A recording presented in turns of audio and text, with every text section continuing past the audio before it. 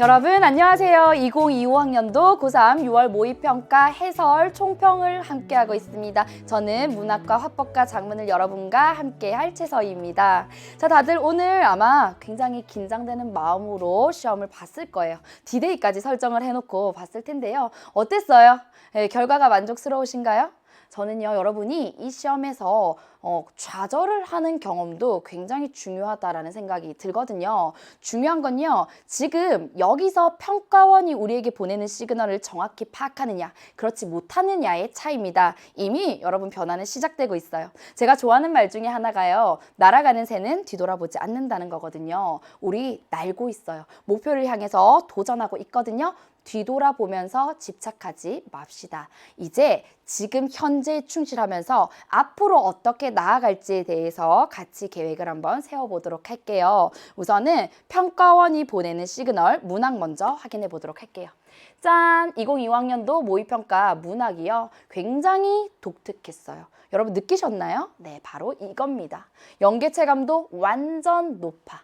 그냥 높은 게 아니라요. 완전 높았어요. 전년도 수능에 비해서도요. 작품 연계 수가 더 많았잖아요. 그래서 총 6개의 작품 중에 4개의 작품이나 연계가 됐고 그 중에서도요. 기존의 수능 특강 교재에 있는 장면과 그대로 이어지는 장면들이 상당히 많은 비중을 차지하고 있다. 그래서 우리 학습 방향 첫 번째 뭐다? 그렇지. 놓치지 않을 거야? 연계 교재.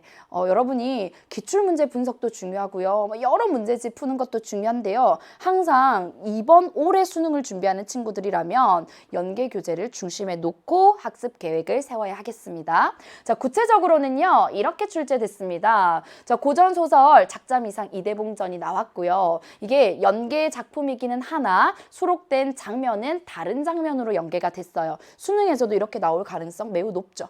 자, 갈래복합도 보면요. 우부가 고전시가 연계 작품이고요. 이건 그대로 연계가 됐습니다. 아마 연계 교재 공부 다 된 친구들은요. 반갑다 하고 풀었을 거야. 자, 이 성현의 탄홍설 같은 경우는요. 비연계 작품이야. 고전수필인데요. 작년 수능에는 고전수필이 좀 어려웠거든요. 근데 이 경우는 비연계이면서 굉장히 수월하게 주제를 찾을 수 있었기 때문에 크게 무리 없이 해결할 수 있었을 것 같아요. 문제는 뭐였다? 현대소설이었습니다. 우리 일반적으로 최근의 수능 출제 경향을 보면요. 연계는 고전소설에서 많이 되고 있거든요. 그런데 이게 현대소설에서 지금 작년서부터 평가원이 모의평가를 통해서 계속 연계를 시도하고 있는 것을 확인할 수 있는 지점입니다. 그래서 여러분이 앞으로 공부할 때 이거 시그널 왔는데 현대소설 좀 집중해서 좀 봐야 되겠는걸? 이런 생각했으면 좋겠어요. 자, 문제 유형도요. 되게 뭐랄까 익숙한 유형이지만 그 안에서 물어보는 선지는 굉장히 섬세하고 정교하고 구체적이었다라는 거 아마 쉽지는 않았을 것 같아요. 자, 현대시는요. 이기철의 청산행이 연계 작품이었고 이 청산행을 해석하는 약간 두 가지 방향으로 해석되는 지점들이 있는데 그런 부분들 여러분 충분히 저랑 같이 공부했기 때문에 어렵지 않았을 것 같아요. 그런데 김현승의 사실과 관습 이건 어렵다면 어려운 작품이야. 정말 무슨 말이지? 라는 생각할 수도 있거든요. 낯선 작품이었어요. 그러나 우리는요. 외적 증거를 통해서 힌트를 얻고 들어갈 거기 때문에 어떻게 접근하는지를 좀 연습해 봤으면 좋겠습니다. 이런 문제가 문제다. 현대소설과 현대시에서 뽑아봤는데요. 여러분 현대소설 27번 문항. 서술 방식에 대한 설명. 이거 기억나니? 자, 27번 한번 같이 볼게요. 시험지 펼쳐보세요. 보통은요. 서술 방식 물어볼 때 글 전체를 대상으로 해서 이야기 밖, 이야기 안, 서술자의 위치, 그리고 어떤 식으로 서술하는지 그 시점의 특징 물어보는 게 굉장히 흔하고 보편적이거든요. 근데 이번엔 어땠어요? 아주 디테일했죠. 밑줄 친 기억부터 미음까지를 각각을 들여다보면서 서술자가 누구야? 서술 대상은 뭐야? 어느 부분까지 지금 서술하고 있어를 다 판단하게끔 물어보는 문제가 나왔어요. 자, 이런 문제 좀 주목해서 살펴볼 필요가 있을 것 같고요. 그 다음 29번 문제가요. 여러분 나 밑줄 그어놨는데 소재의 의미를 물어보는 문제가 은근히 어렵게 느끼는 친구들이 많을 것 같은데 특히나 이번에 6월에 출제된 이 29번은요. 선지의 정오 판단이 다소 까다로웠을 것 같거든요. 그런데 제가 늘 강조하는 거 있다. 소재의 의미를 이해할 때는요. 일단 밑줄 친 이 나의 부분만 부분만 보는 게 아니라 필요하다면 그 부분이 담긴 문단 전체를 보는 것이 가장 안정적이다. 그리고요, 여러분, 적절한 것 하나를 고를 때는요, 적절하지 않은 것보다도, 적절하지 않은 네 개의 선지에 너무 많은 마음을 쓰기보다도요, 확실한 하나가 분명히 있다라는 믿음으로 빨리빨리 그 다음 단계로 넘어가는 것 또한 수능에서 실전적인 꿀팁이 될 수 있을 것 같습니다. 자, 현대시는요, 이제 34번 문제를 잘 활용했느냐, 그렇지 않느냐로 좀 나뉠 것 같은데요. 나 작품이 낯설면서도 좀 어려운 것 같고 이런 느낌이 들었어. 주제가 뭐지? 이런 생각 들 수 있거든. 그런데 여기에 나와 있는 보기 박스의 외적 증거를 딱 보는 순간 이게 주제구나. 이 출제자가 우리 손에 준 이 주제를 잡고 작품을 이 방향에 맞춰서 이해해야 되겠구나. 이 울타리로, 이 외적 증거를 작품 이해의 울타리로 활용해야 되겠구나라는 거 여러분이 생각하면서 문제 푸셨나요? 그랬다면 아주 잘한 겁니다. 자, 구체적인 또 다른 여러 문항들에 대한 접근 방식은요, 각각의 3부, 4부의 해설 강의를 통해서 전해드리도록 하겠습니다. 자, 이제 우리 화법과 작문 한번 가볼까요? 우리 일반적으로는 화법과 작문은 좀 다루는 개념의 양도 많지 않고 난이도가 그렇게 뭐 어렵진 않아, 부담스럽지 않아 라고 생각하는 경향이 있는데 작년 수능에서 그걸 딱 뒤집었잖아. 작년 수능에서 오답률 1위 문제가 바로 화작 문제에서 나왔거든요. 자, 이번에도 이 문제 굉장히 중요해 할 만한 것들이 있었습니다. 같이 볼게요.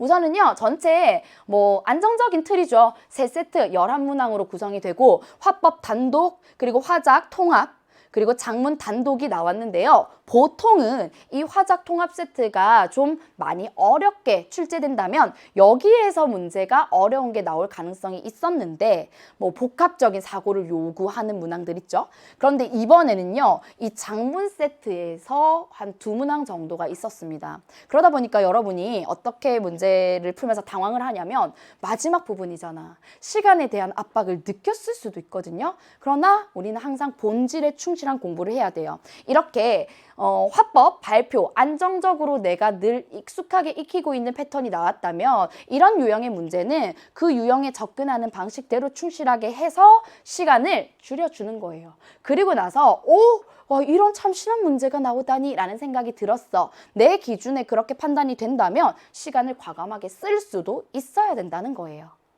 자, 이렇게도 합쳐지네? 어떻게 문제가 합쳐졌냐면요. 제가 이렇게 뽑아봤거든요.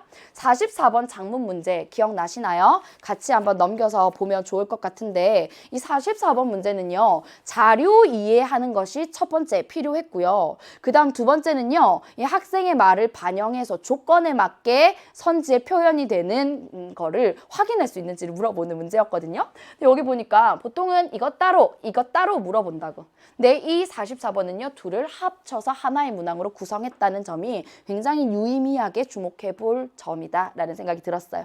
자, 45번 고쳐쓰기는요. 이 문항 풀이, 문항 해설하는 걸 꼭 한번 여러분 듣고 내가 진짜 저렇게 접근을 했는지 보셔야 되는데요. 눈에 딱 들어오는 고쳐쓰기 전, 고쳐쓰기 후 글도 있지만 오늘 우리가 만났던 이 6월 모의평가에서 보여주는 것과 같은 방식의 고쳐쓰기 문항이 출제될 가능성이 이번 수능에서도 상당히 높다라고 예상이 됩니다. 꼭 한번 챙겨두셨으면 좋겠어요. 자, 끝났습니다. 어떠세요? 공부 열심히 해야 되겠지? 맞아. 오늘 이 시간이요. 독이 아니라 내 인생의 약이 되는 시간으로 같이 만들어 갈 거예요. 머물거릴 시간이 없습니다. 어떻게 해요? 지금 바로 3부, 4부, 그리고 5부에서 여러분 기다리고 있을 테니까요. 지금 바로 달려오시면 되겠습니다. 지금 바로 만나요. 안녕!